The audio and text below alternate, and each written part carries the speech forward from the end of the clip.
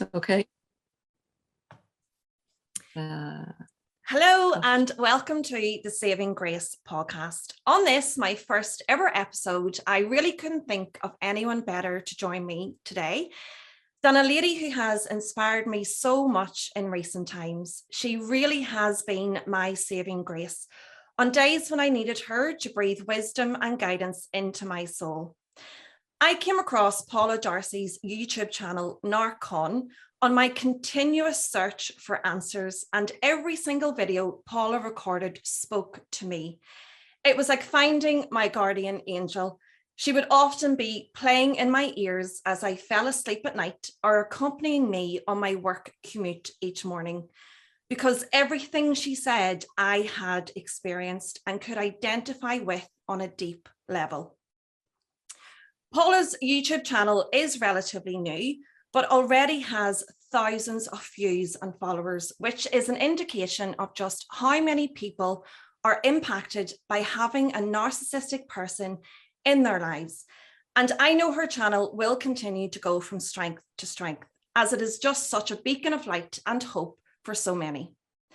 I am delighted to have Paula joining us today to tell us more about her journey from survivor to thriver and to help us identify a narcissist in our lives or in our workplaces by spotting those red flags early. So welcome, Paula. I am honoured that you're joining me today. You are one inspirational lady, and I am so humbled that I get to say thank you in person, well, virtually. So thank you for keeping me sane, for educating me further, and for your words and wisdom being that big virtual hug that I really needed at times. So welcome, Paula. I'm so delighted that you're here with me today. Grace, thank you so much for asking me, and thank you for that very beautiful introduction. You're so welcome. I think we'll just jump straight in with the first question. And I suppose now, we'll start off with explaining to our listeners just what is narcissistic personality disorder. Okay, I'll do my best on this. Now, I'm not a psychologist. I do know a lot about psychology, so I'll just give it to you in my own words, my own understanding of that, from what I've come to discover. So we all go into the world and we develop our personalities. Some people, their personalities develop in an unhealthy way. And it's usually the result of an abusive younger age childhood. It can, it's argued, be a genetic disposition towards the personality disorder as well. But that's the debate that goes on, nature versus nurture. However, just to describe what it actually is, the young child in this abusive situation develops what's called a defense mechanism, and this is termed the narcissistic personality disorder. So what they do to defend their true selves from whatever critique is coming their way or from whatever abuse they're going through, it's like an imaginary friend. They develop this personality, this persona, this mask of a person that isn't their true selves, to defend themselves or deflect the criticism coming towards them. And this person is like their superhero, so to speak, just to put it in very easy terms. And this mask they hold up in front of them like a shield.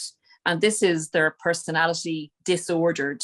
This is the double of them, but not the real self. So they go out into the world holding this mask up to people to defend the true self. So the true self never develops. And the personality mask, so to speak, develops by interacting with other people and getting the reflections of other people onto this kind of a mask. And in order for them to keep it intact, they have to interact with other people because it's not real. So it's called a defense mechanism. That's the personality disorder itself, but it's actually a very offensive mechanism because it's very aggressive in relation to it has to always be perfect. It's always right.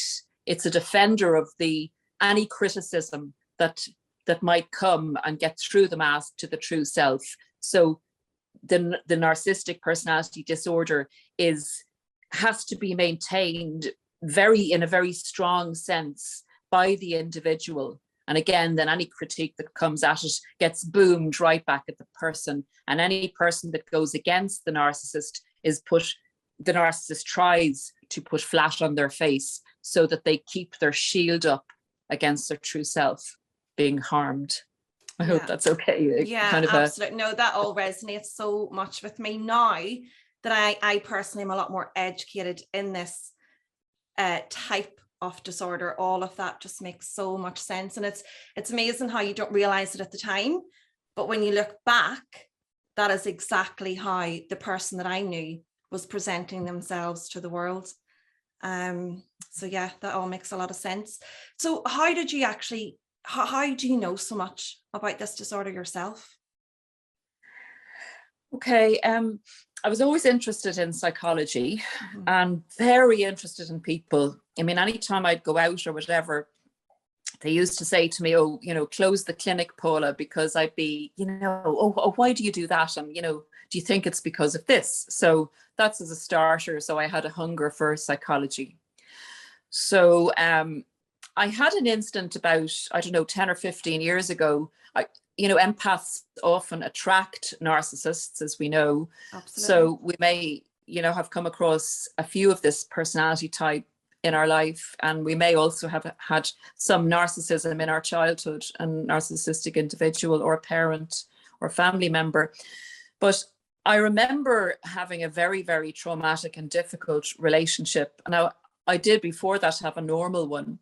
So I had a contrast, which is good. Some people, unfortunately, at an early stage will meet a narcissist quite early on, and then they've nothing to measure it against. But so I had a very, very bad and traumatic time, and I went for some counseling. Now, I still didn't know about narcissism, but I was able to escape that relationship. Then years later, again, I kind of shut down to relationships for, about 10 or 12 years. And I just got on with bringing my children up and the things we have to do in life and work. Yeah. And I came across another individual, and that relationship ended very obscurely. And at that stage, I did what we all do, Googled, what's this all about? Like, why, this isn't normal, etc. So at that stage, I came across Sam Vaknin, I think is the way you say his name. Okay. And I was fascinated, and I looked at so many of his videos, and he's an amazing person. He was the first person to actually, I think, go on YouTube and discuss the personality disorder. He's very technical, which can be difficult for, for some people to really stick with it and find out what it's all about, but he's excellent. So at that stage, I kind of left it then. I recovered. Then I had a significant relationship and a dreadful discard. And after that, I think it was 2 months after that, I was walking along on a walk. I even remember the place I was in. And it came to me thoughts, he couldn't have been a narcissist, could he? I don't know where it came from, but I thought, oh my God, no. And I didn't want to accept it because I wanted the relationship to have been real and the love to have been real. Yeah. So at that stage, I Googled again, and now a plethora of channels came up on YouTube, about the narcissistic personality disorder. If you put in just being dumped, can't understand it, don't understand, these kind of things. And then the narcissistic personality disorder comes up. Yeah. And just when you're saying there that you were kind of questioning, was he a narcissist? I personally didn't even know what a narcissist was. I had no idea.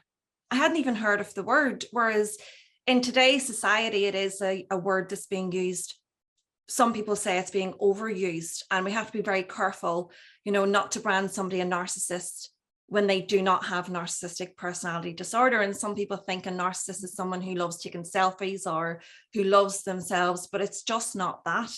It's so much deeper than that. And I think it's really important for people to understand really what narcissism is. So when I went searching and I went Googling different, what does this behavior mean?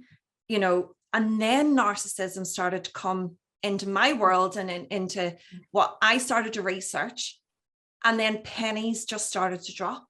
But up until that point, I didn't even know what a narcissist was. I was very, very uneducated in that area.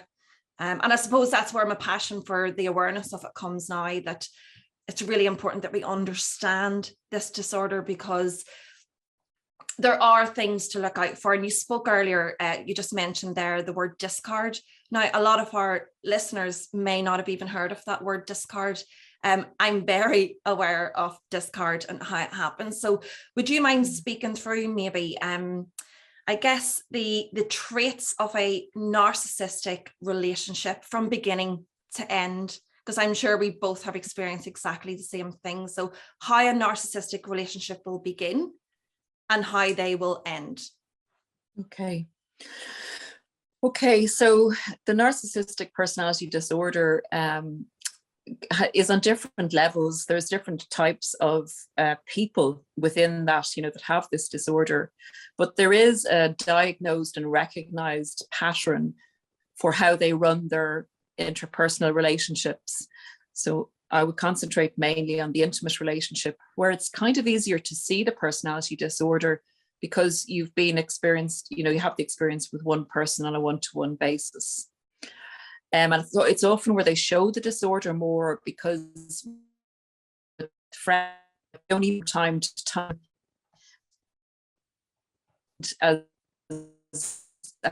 So the start with the narcissist is out of this world in relation to the fact that they what's called love bomb you. So this is the first stage.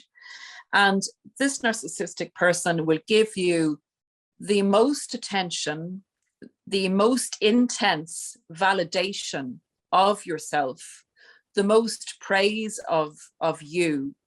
And they'll also mirror you in that when you say you like something or indicate that this is who you are or you like this, they'll come back and say, oh, I do too. And they want you to believe that they are your soulmate and that you have met the one and the person that you were destined to meet.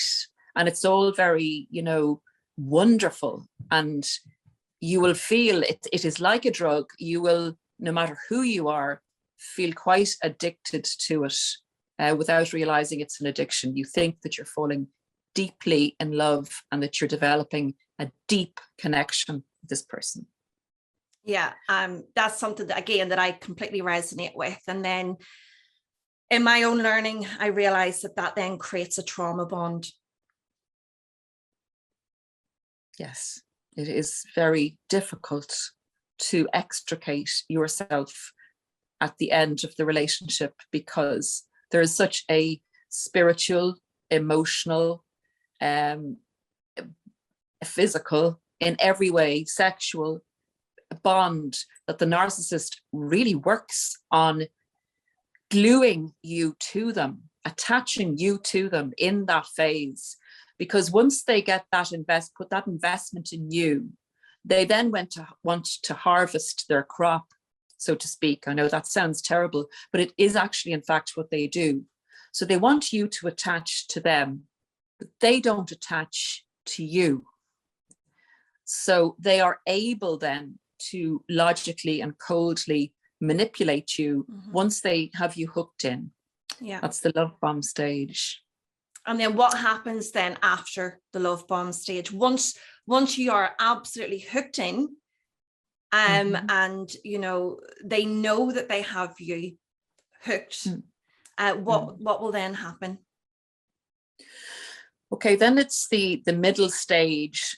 But just before the middle stage starts, the narcissist will test your hooking, so to speak. So they'll give you little mini tests to see how into them basically you are, see how attached you are. And, it can be like fantastic, say, for the first 4 to 6 months or whatever.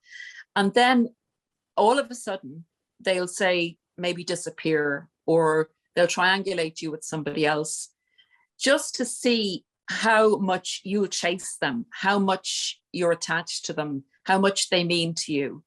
And after those little tests, and if you come up, what's wrong? I love you, go after them basically and assure them that you are hooked to them, they'll start to devalue you in an awful number of ways, because by devaluing you, they're kind of carrot dangling to you to say, well, I know that you love me and you want this to continue.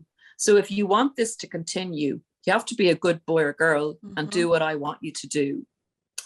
And you're so invested in the love of your life, the most brilliant relationship. And they've also future faked with you and said, we'll get married, we'll have children, we'll have a business together. Our life is going to be amazing. And you are, invested in it because it has been amazing. So they have a power and control over you at that stage.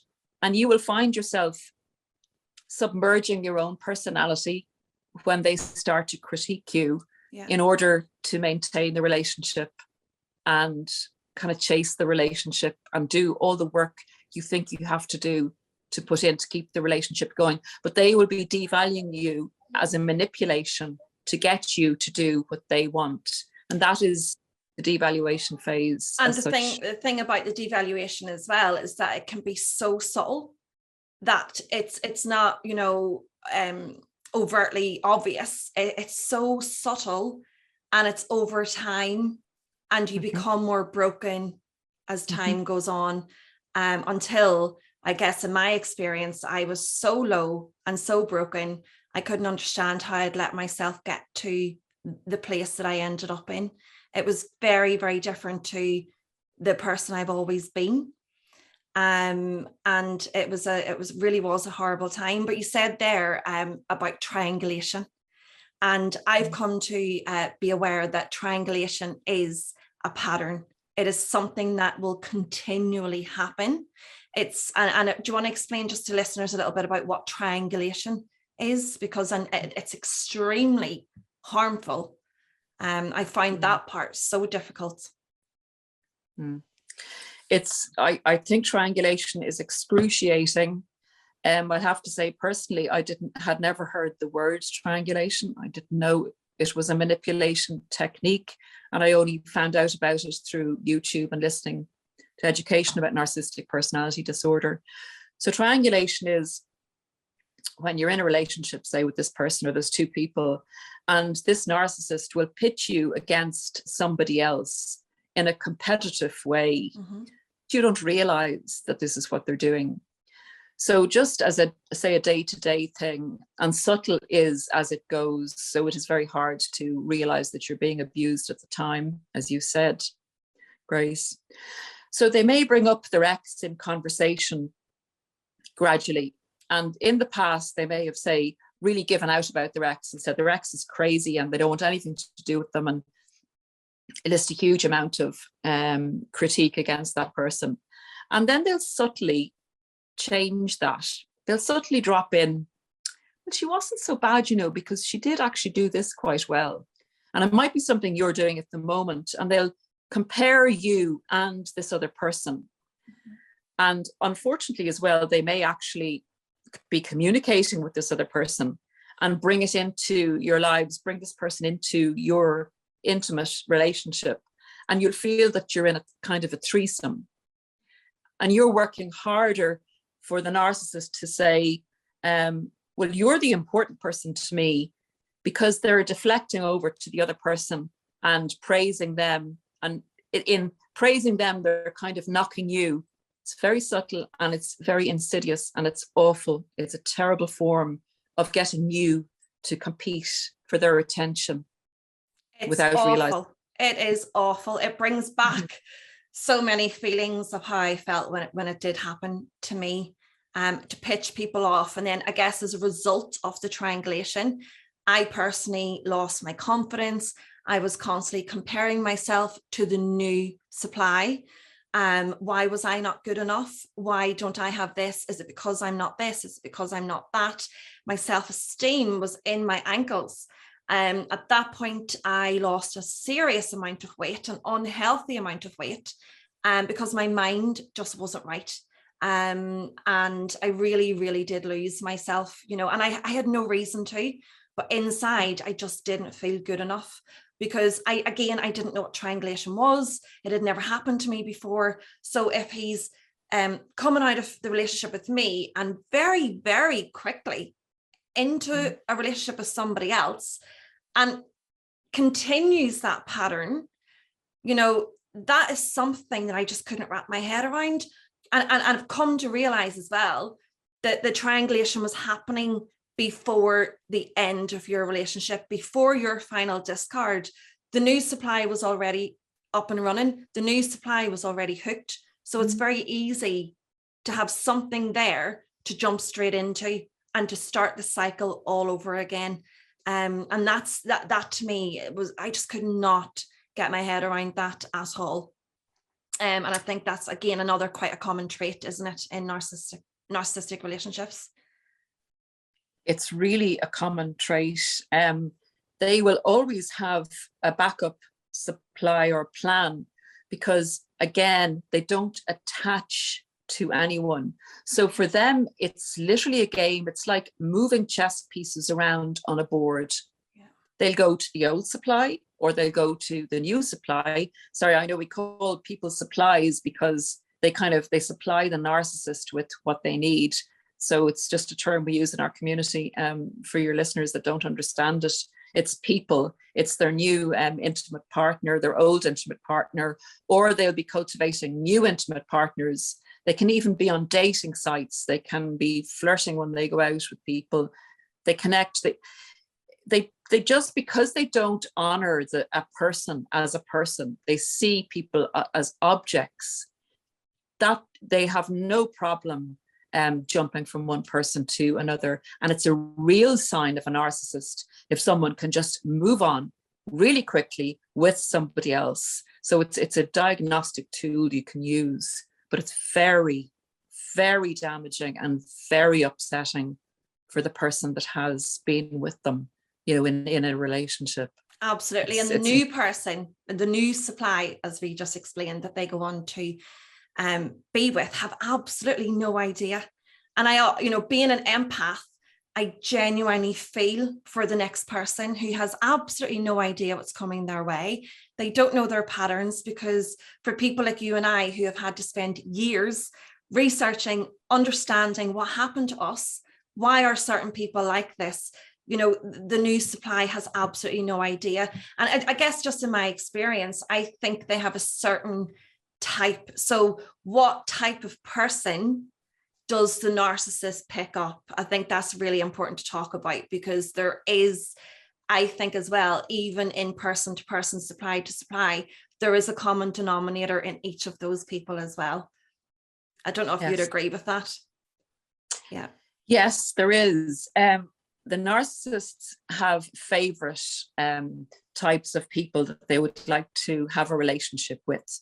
They don't always get it right, because sometimes they panic pick and, you know, the relationship's falling apart, or you leave them, which is unusual, but it does happen. And they have to jump onto somebody else who they haven't quite groomed up to be their new partner. So they can panic pick. But their ideal source of supply, or their ideal person, is someone who is full of empathy and is definitely naive about the fact that there are narcissists out there in this world with a personality disorder who are hunting for prey. So the combination of a huge amount of empathy that you openly display, and also the ability to introspect and to have a vulnerability about you, that you're not full of yourself at all, that you would have a chink maybe in your armor that they can easily manipulate. So that is they live on, supposing, you know, you say a certain person lives on a certain type of food, and say this person, given that we're Irish, this person lives on potatoes. Okay, yeah. That's their staple diet. Emotional output is the narcissist's potato, basically. Yeah, that's what they go for. Yeah. So their choice of person is somebody who has a large emotional output capacity to empathize. Absolutely. they don't, like, if they come across a kind of a person who's on a kind of a normal level, who's showing that they back off a bit from the narcissist when the narcissist intensely comes at them, and they're not fast enough in attaching to the narcissist kind of goes, not that interested. If they have to, if they panic pick, they'll go for them. But one interesting thing, Grace, is narcissists can often be fooled by other narcissists. Now, it's not their choice pick, but because they want to mirror each other and because they want to intensely connect to start to form the relationship, the two of them can be playing a game and they can literally fool each other. And it takes a while they're in the relationship to discover that, this person has my measure and the other person thinks the same. Mm-hmm. And they're having drama, but they're not feeding each other. So they're conflicting all the time and it's a very chaotic relationship. Yeah, absolutely. Yeah, I can understand how that would happen as well. I think, in my own personal experience, it was the empathetic nature, just being such an empath. And I suppose growing up and living your life to give chances, and second chances and third chances and too many chances. And I suppose in lots of ways, losing your own boundaries, learning when enough is enough. But going back to what we said previously about the trauma bond, when you're trauma bonded, it is extremely difficult to have boundaries and to know when enough is enough and to cut it off. Because we feel deeply as an empath, we feel so deeply, but can't understand how they do not feel the same in terms of their cold heart, their cold nature, their ability to just cut things off, cut very dead. And I suppose this brings us on nicely to, we've spoken about at the beginning, the love bombing, and then the devaluation. And then this brings us on now to the discard, which will happen at the end of a relationship. And I think as well, there's lots of similarities into how that happens. Yes. The discard is the third phase of the relationship. I always say there's four kind of phases, but the discard is the third and excruciating phase of the relationship, because you are working hard as an empath in trying to keep the relationship together and to appease this other person that you're with and work on things. So as far as you're concerned, although the relationship is very difficult at times for you, the relationship is still fully in existence. And you do get to the end where you're a bit exasperated and you're very depleted, and you maybe begin to bring in some boundaries and say, you realize that, gosh, I'm not getting anything here at all. All I'm doing is standing on my head and turning cartwheels for this person, and they're giving me nothing in return. In fact, they're being really awful to me. So you kind of start to say, something inside you comes up and says, I'm going to set a boundary here. You don't say that loud, consciously, but you ask them, maybe you test them. You say, this is really important to me. I need you to do this for me. And they agree and say, oh yeah, no problem, no problem. And then when it comes to the time of them actually doing it, they don't do it. And it happens differently for everyone, but a switch goes off inside you. You've gone through so much abuse. You've been put down so much. And we have a final straw moment, and we can come out with our truth at that stage, or set more boundaries to see who am I dealing with here? Who is this person that says they love me but aren't showing me in any way they love me? They're showing me the opposite. And if you then start to be less controllable to the narcissist, they are very likely at that stage to jump, because you're too much damn trouble to them, and then they'll tell you, how bad you are, and you need to go and sort yourself out. You have issues. And at that stage, because you're in such a mentally confused state and so depleted and exhausted and a shell of yourself, you kind of go, do I have issues? It's very confusing. It's a very, very confusing and very painful time, because you're being totally rejected. You're being dumped into the garbage can, and they're going off as if there's nothing wrong with them in a superior position, leaving you a heap on the floor. And that I would describe as what we call the discard in our community. Yeah. And then when we're taking the time after all of that to heal, to properly heal, they're already sailing into the sunset with the new person who has absolutely no idea who they are. Just that just totally resonates with me. And when you were talking about the discard and how we can sometimes, I suppose, set boundaries or at times kick back, you know, there is, I suppose, became involved in reactive abuse towards the end, which can very easily be twisted around that you're the crazy one, you know, you're unstable, you're this, you're that. Well, actually, I'm only reacting to the abuse that I'm receiving. And I think reactive abuse is something that I really had to start understanding as well, because you start thinking, is this me? Am I the problem? Well, no, because reactive abuse is a real thing. It's like a fight or flight reaction, isn't it? It's you have nothing else to do but react in the end. And can you explain reactive abuse maybe a little bit more? Yeah, sure. Okay, so the narcissist feeds on your emotional output.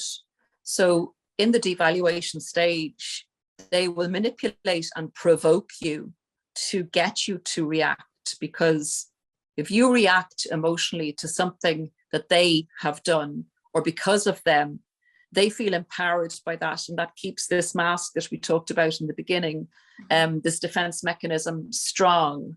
And they're believing in it more because you're believing in it.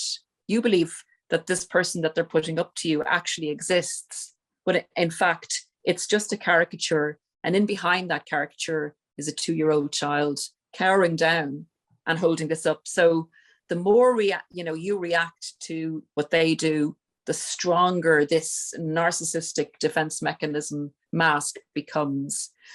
So reactive abuse in itself is they push you to the brink. They manipulate you every which way until you feel that you're actually going crazy.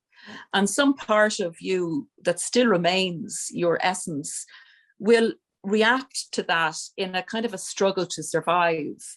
And you can hit out, like it's like you're flaying in a room. You're not being yourself. You're just reacting like as if somebody's pounding you with their fists. You're putting your fists back up and you're punching back with no regard for where you're punching. It's just a reaction to the abuse. It's not who you truly are. You're just trying to survive that person, the last bit of you that's inside that hasn't been sucked out of you. Absolutely. And it's a little bit like you reactively, or you react, and they can stand back and look at you like, this is what I mean. She is crazy. You know, this is exactly, and, you know, they will say this to their family, who I now know are flying monkeys. And I'm sure we can explain that to our listeners as well, what a flying monkey is. But I've seen that narcissists have this support network around them, that our family, our close friends who are their flying monkeys, and they believe everything that they say because they can manipulate you in such a way that you reactively, you react, and they can stand back and go, this is exactly what I mean. This is exactly what I was talking about. So can you explain flying monkeys a little bit, maybe?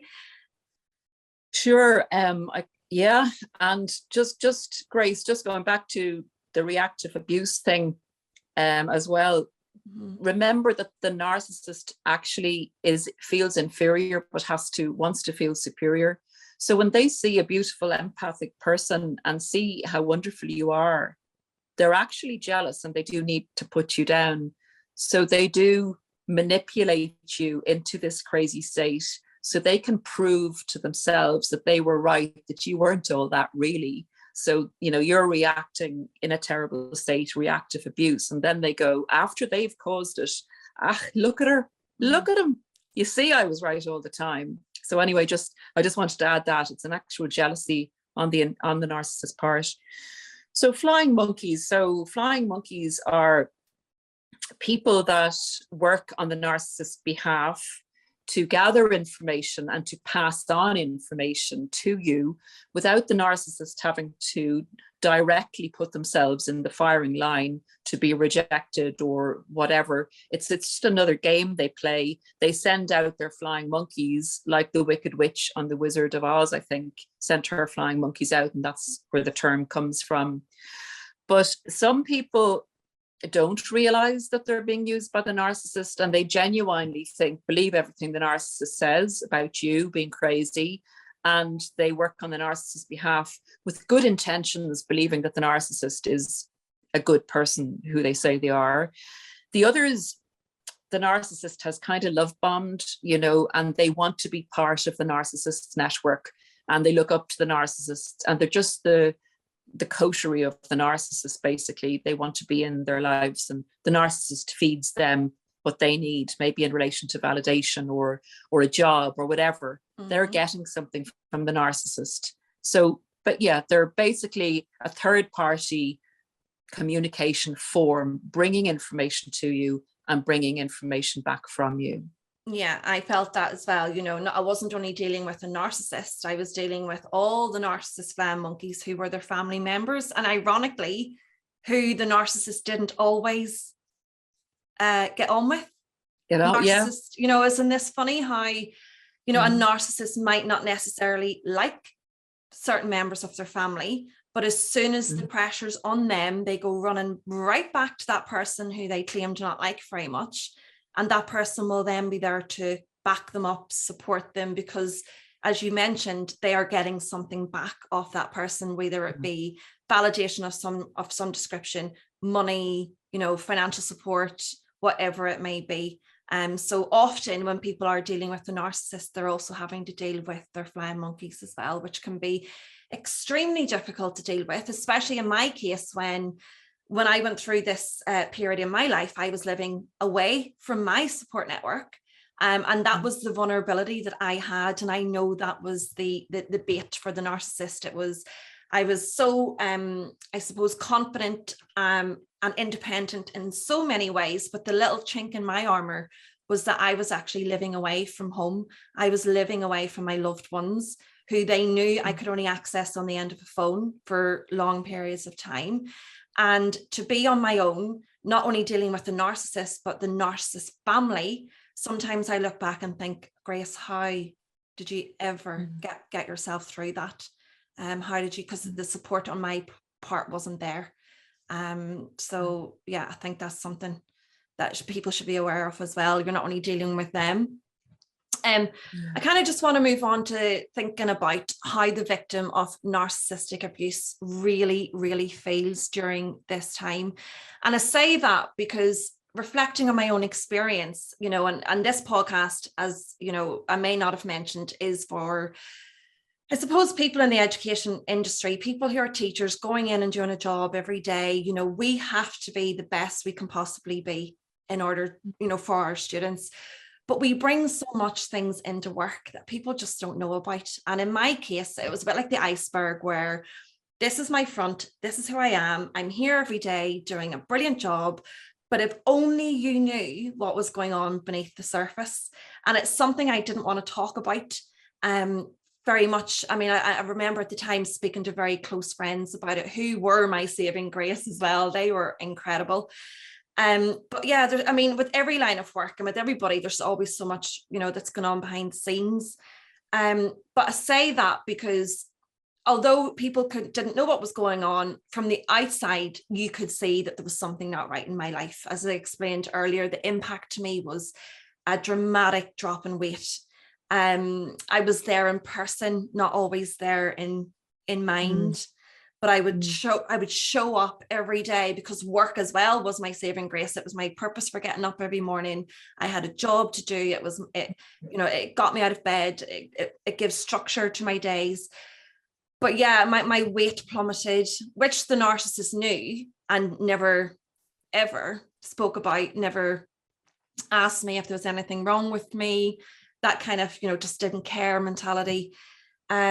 But in addition to that, I suppose my self-esteem was so low. I felt completely lost, so lonely and isolated. And when I was in their presence, I felt like I was constantly walking on eggshells.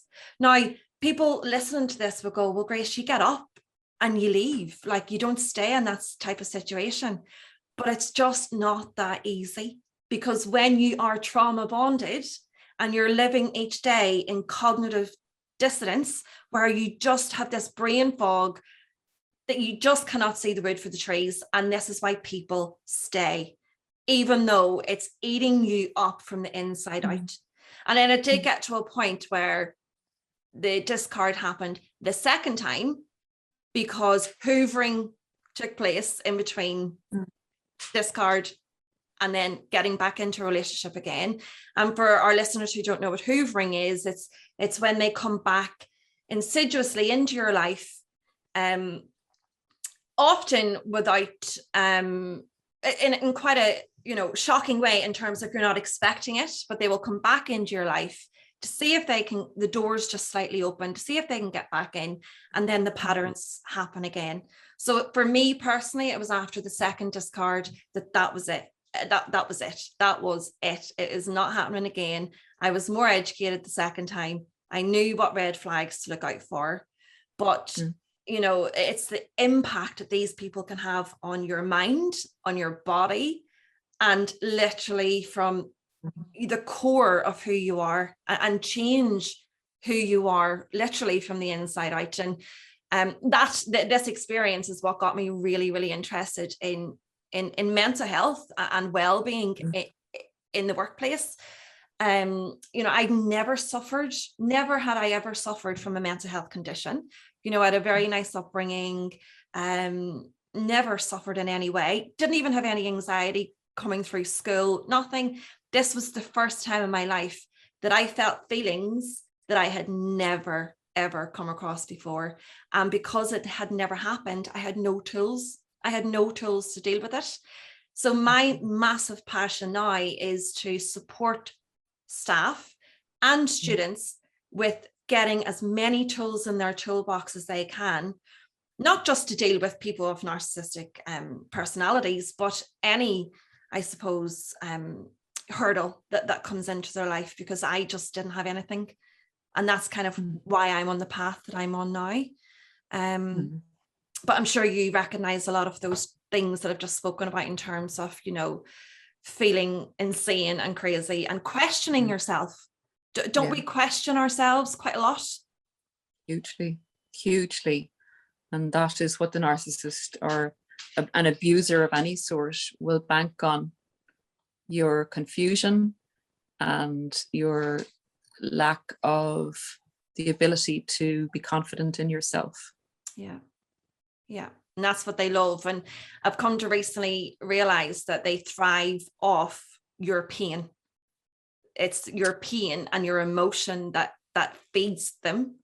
The more negative emotions you share, or the more pain you're going through, it's what they thrive off. And in my world, that's it's almost like, it's unbelievable, because I just didn't understand that these people existed, or that they were out there. So I suppose for anyone who's listening, Paula, who may be going through something similar, or who can resonate with anything that we have spoken about today, how would you I suppose guide people in how they can heal from this type of trauma? Is there anything that you would advise people to do?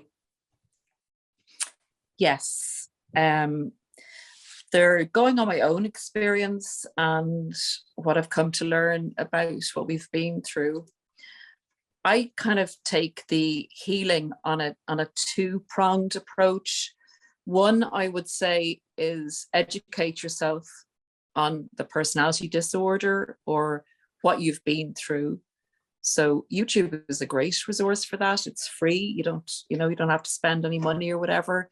The second part of that would be to support yourself if you can, if you're in a financial position, to avail of coaching with someone that resonates with you, that you've watched maybe. On the other hand, the biggest defense against coming across or becoming involved with another narcissist is to rebuild yourself, because the narcissist, sorry, Grace, about the background noises. I actually have Remy, my dog, here. Oh, so hope that's not coming through too much. Not a problem. So yeah, basically the narcissist has taken you down to your foundation. You know, they've stripped brick by brick by brick of who you are right down. So you need to build yourself back up. And to do that, and it's a painful journey, and it's difficult to get on the first step, and you might go 3 steps up and 2 steps back. The main thing to focus on is to keep going until you've rebuilt your house. And you're going to, like the 3 little piggies, you're going to build your house of bricks this time, not of straw and not of clay. It's going to be something that cannot be penetrated by the wolf, and that is who the narcissist is. So working on yourself, it sounds cliched, but it is vital for you to rebuild yourself stronger and better than before. So there's a few elements to that. There's self-care, there's exercise, there's believing that you're good enough to spoil yourself, like to put effort into yourself. Whereas before, like for years, maybe you were looking after the narcissist. They were the important person. So long as they were okay, you know, you forgot about yourself. You maybe even didn't look after yourself, didn't get your hair cut, you know, everything, money, everything was to go to them, to support them. That's how you become manipulated over the years. And now you have to really start to believe that you're worth it, and that who you are is worth it, and that you're not who the narcissist said you were, that you're defining yourself, and you come back into your essence. And you look at all aspects of yourself and you literally rebuild. You give to yourself instead of giving to the narcissist. You believe that you're worthy of all this attention and love that you're giving yourself. And in that way, you get a true sense eventually of who you are as a person. Your boundaries, you know, your brick walls are there. You have boundaries that you will not allow anyone to penetrate again, because them trying to penetrate your boundaries and push you back until your boundaries collapse, you see that as abuse. So someone you come across in your life should be able to say, accept a nice no from you, and respect you for, say, not being able to meet them, or not being able to give them money, or, you know, whatever they're asking of you. They respect you enough not to keep pushing at you and dimming your light and putting you down. And yeah, the open air spirituality, following your passion in life, just like what you're doing now. Nobody, you know, will be able to take this away from who you are now. I'm sure you'll never let that go again, you know? Never. No, never ever. Because with all the research and education and working on myself, literally from the inside out. And I think that's really important that you said that, because, you know, here I am working on myself again from the core of who I am, yet they're off on a, you know, another journey with another person without any self-development whatsoever. And that pattern will continue and continue.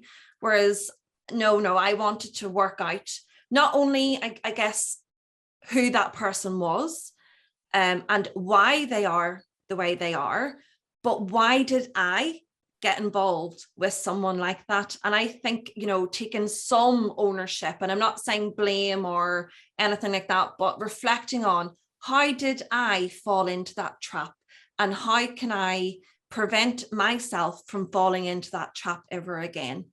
Because I think self-reflection is really important. You know, what can I do the next time just to ensure that this never ever happens again?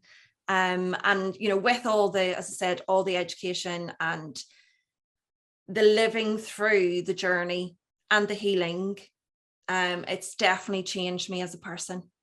It's changed me massively. And I'm hoping it's changed me in a way that I am so much more empathetic towards others, and that, like yourself, we can use our experience to help other people. And I think that's really important. Of anyone who's gone through a similar situation, there is hope. There is light at the end of this tunnel. There was many times when I couldn't see it. But if we just take every day, just keep working on ourselves, learning, there is light at the end of the tunnel. And when you get to the end, you can help so many more people who are stuck in it as well.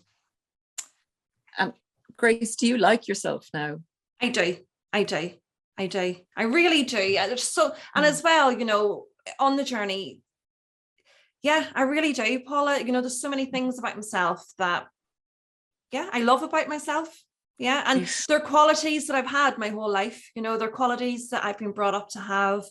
They're qualities, I guess, that I've worked on a lot.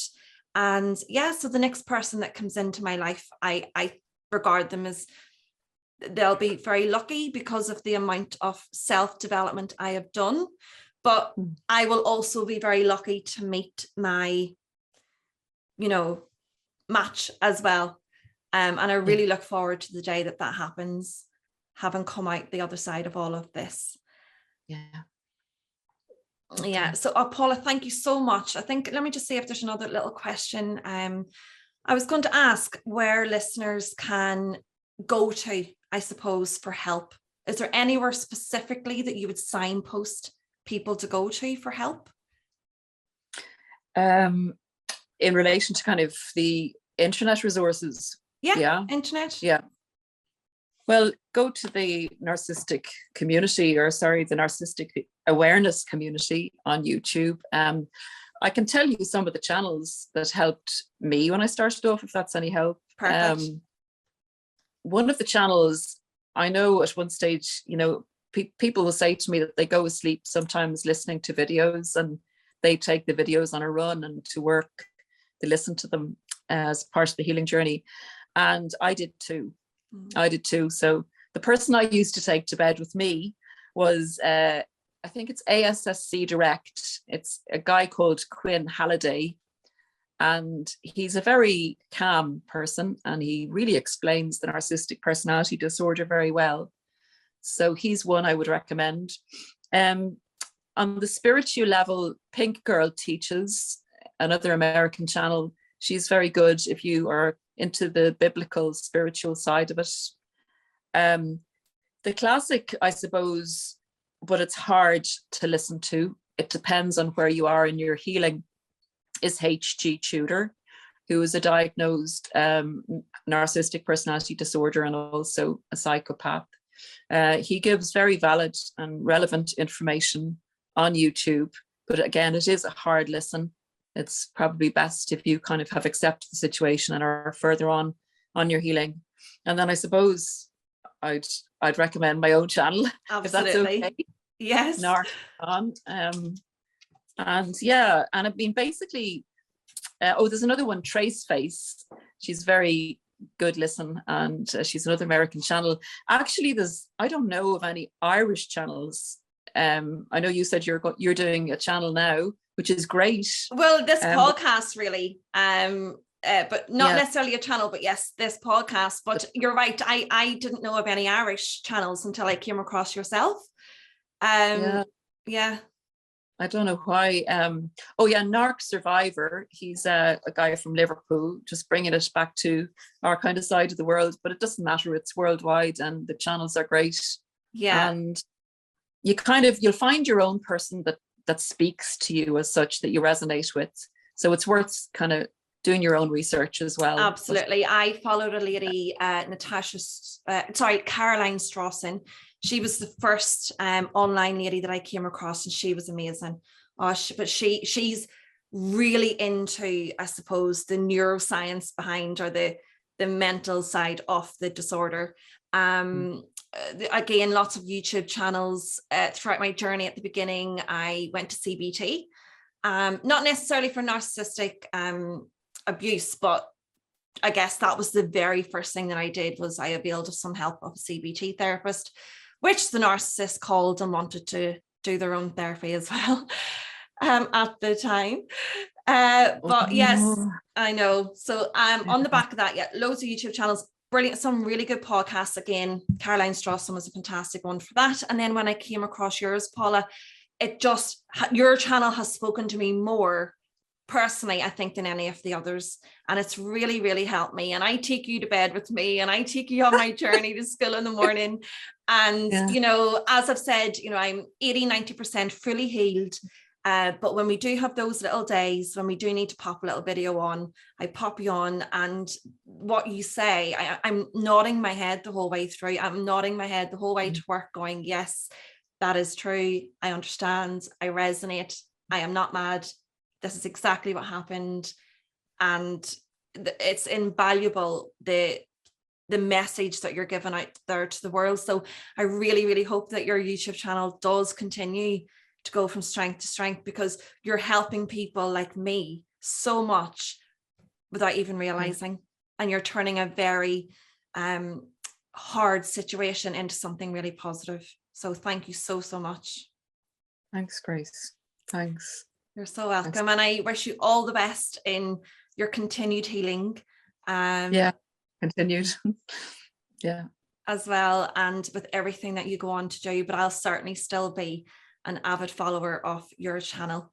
So for everyone listening, if you'd like to then follow Paula, you can get her at Narc Con on her YouTube channel. And I would love you to share this episode with a friend if you think that it would help. Please share this episode on social media and head over to iTunes and leave me a 5-star review. I can't wait to join you all again soon, when I will bring to you another amazing guest on the quest to finding your saving grace in each day.